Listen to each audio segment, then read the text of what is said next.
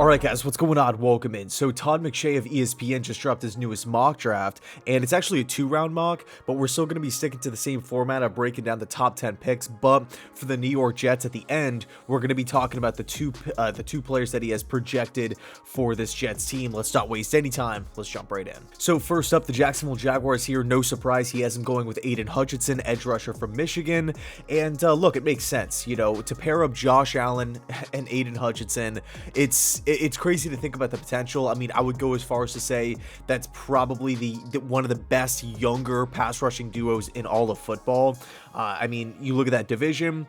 I don't want to say it's wide open, but Jacksonville can definitely make some strides, and Hutchinson can play right now, right? He's an immediate plug-and-play type of guy.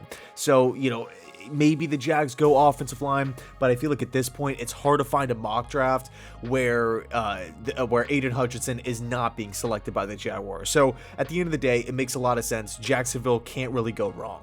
Next up at pick number 2, Todd has the Lions going with Travon Walker, the edge rusher from Georgia. And over the last couple of weeks, we've seen a lot of mainstream mocks have Walker going in the second spot here. This pick is like up in the air. I feel like Brad Holmes can go in a bunch of different directions, whether it's Kayvon Thibodeaux, whether it's a Kyle Hamilton, Walker here, maybe a trade back. There's been some talk about maybe a quarterback. I just don't see it. I think Detroit hangs in with Goff at least one more season.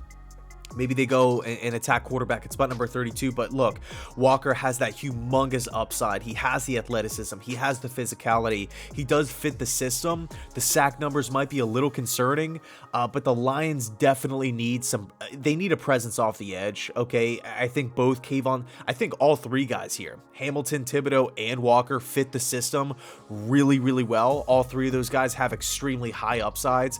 I don't really think you could go wrong. I think if I was running Detroit, I would opt for a Thibodeaux or a Hamilton, but you know, at the end of the day, Walker, there's a lot to like with him.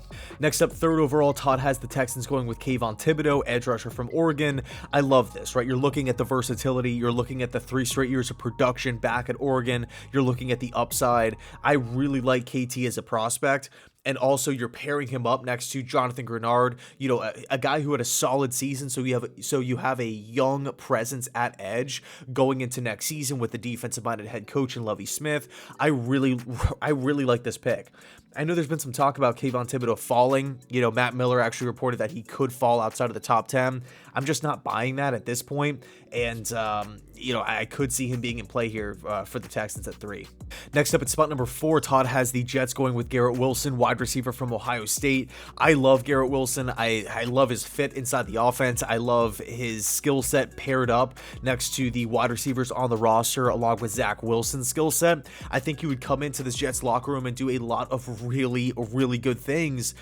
But I think 4 might be a little high. You know, I think with all of the offensive linemen here, you know, Charles Cross, Ike Ekwonu, and Evan Neal, one of those guys will be in play. Unfortunately, the Jets missed out on the edge position, right, with Kayvon Thibodeaux, Walker, and Hutchinson. Maybe you can go with the Jermaine Johnson from Florida State, but you could also push back and say, you know what, maybe he's there at 10. So I think... Oh, and by the way, Ahmad Gardner's here on the board as well. So I feel like the Jets could go in a bunch of different directions.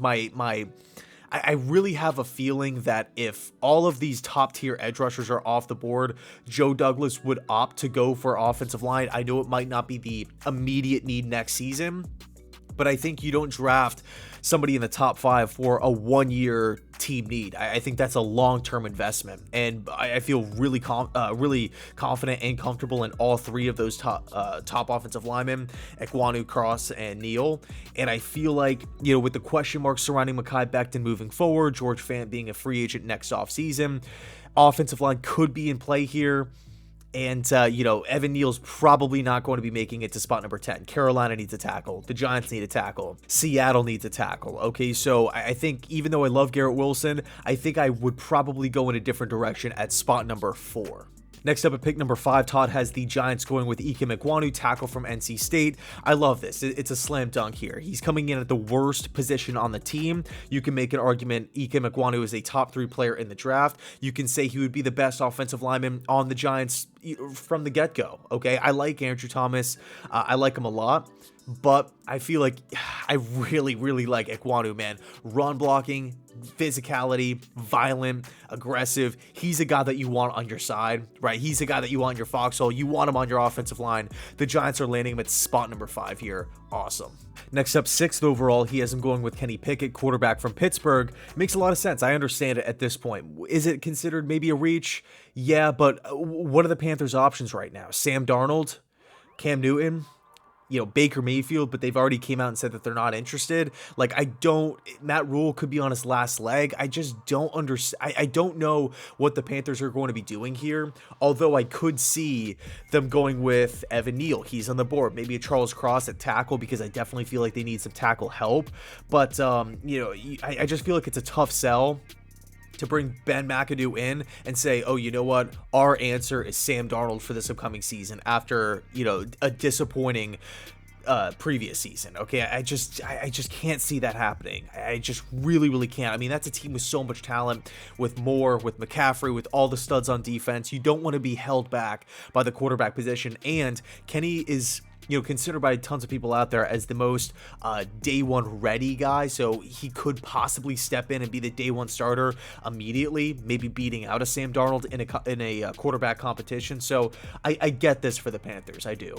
Next up, the Giants are back on the clock here at spot number 7. He has them going with Kyle Hamilton, safety from Notre Dame. And, I think if I was the Giants, I would really be looking at edge here.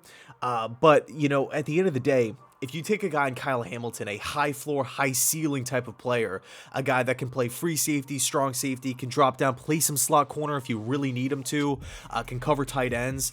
He's a true center fielder, but at the same time can also come up and make plays near the line of scrimmage, supporting the running game. If you take a guy like that and you pair him with McKinney, I think you have one of the best young safety duos in all of football, and that's hard to pass up. I actually wouldn't mind this pick.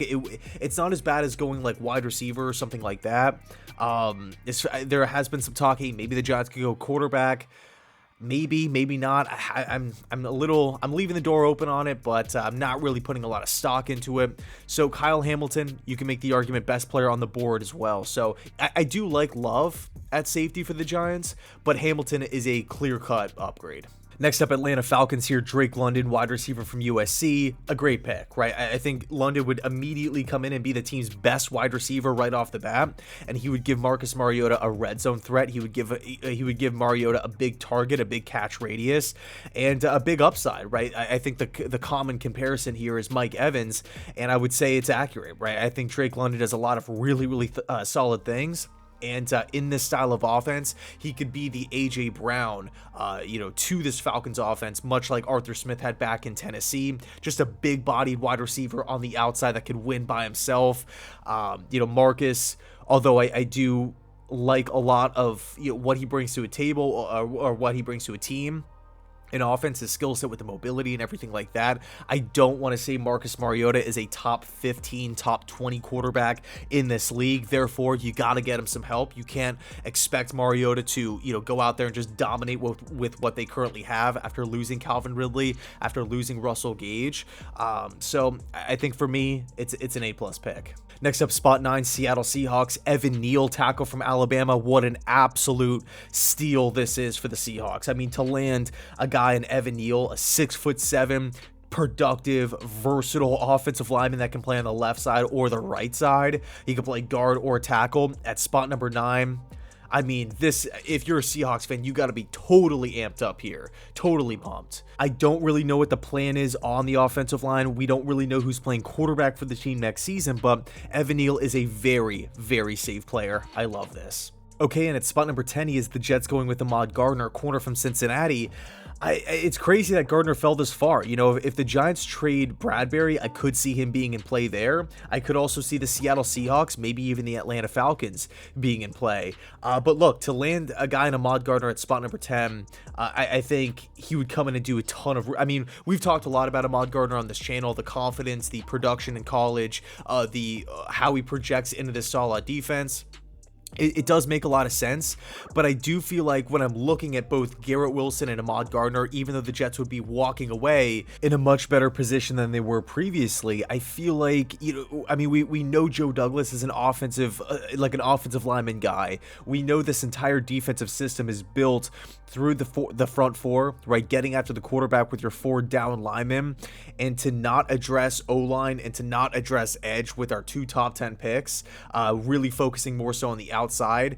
I think that is a little questionable, but hey, we'll see what he does in round 2. I haven't looked at the picks yet, but we'll check him out. Okay, so to start off round 2, he has the Jacksonville Jaguars going with Kyler Gordon, cornerback from Washington, and then Detroit Lions Daxton Hill, safety from Michigan. He's a guy that I would actually really like the New York Jets to try to acquire as that free safety style of role, but 6'2", 250 pounds. He had 9.5 sacks last year, 46 total pressures, 18 tackles for loss. He is a big-time motor, okay, a high defensive IQ, and he's also built well for today's game, just being able to guard against mobile quarterbacks, plays that go sideline to sideline, all the horizontal stuff.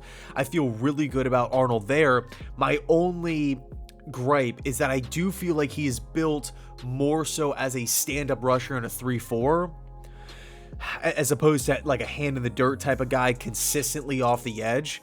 So I mean, maybe the Jets view him differently. Maybe the Jets feel like he can fill that role. So we'll see what happens. But I think for me, the system fit is a little questionable, but I really like the player. And then at spot number 38, Todd has the Jets going with Quay Walker, linebacker from Georgia, 6'4", 240 pounds, super athletic, super rangy. The speed is there as well. By the way, he just ran a 4.52 40. He looks comfortable in space. I feel good about him dropping back in coverage. The hawk down ability is there as well. But with quarterbacks, running backs, being able to catch up to wide receivers, like when he locks on to his target, he can catch up to him, okay? Like, this guy is not slowly chugging along, like, and he doesn't have to be locked into the line of scrimmage to make plays. Again, he can drop back in coverage, moves well, feels comfortable in space. So I think Quay Walker makes sense as a starting weak side linebacker in the Salah 4-3. But it's interesting because, we're looking at the first 4 picks. We talked about it so much. The 4 picks in the top 40 can really jettison this Jets team, jettison this Jets rebuild moving forward. We didn't really address offensive line at all. We did it, we did target corner, awesome. We did target wide receiver, fantastic. Our edge presence is a little bit of a questionable scheme fit. So I gotta be honest, I'm not sure how I'm liking this draft. I think we gotta maybe address the trenches early at spot number 4, whether it's defensive line or offensive line. And then, of course, depending on that, coming back at spot number 10 and analyzing analyzing cornerback, analyzing wide receiver, and then Kyle Hamilton still, if he's on the board, I definitely would want the Jets to do their due diligence there. And then in the second round, kind of fill the gaps, right? Fill in the holes. If we go offensive line and corner early, maybe we should go free safety and wide receiver with our second round pick. So I know the draft isn't entirely built to only select team needs, but I think for me, it's a little questionable. Let me know your thoughts down below in the comment section. Did you like it? Did you not like it? Can't wait to check them out. Anyway, thanks so much for watching. And as always, go Jets.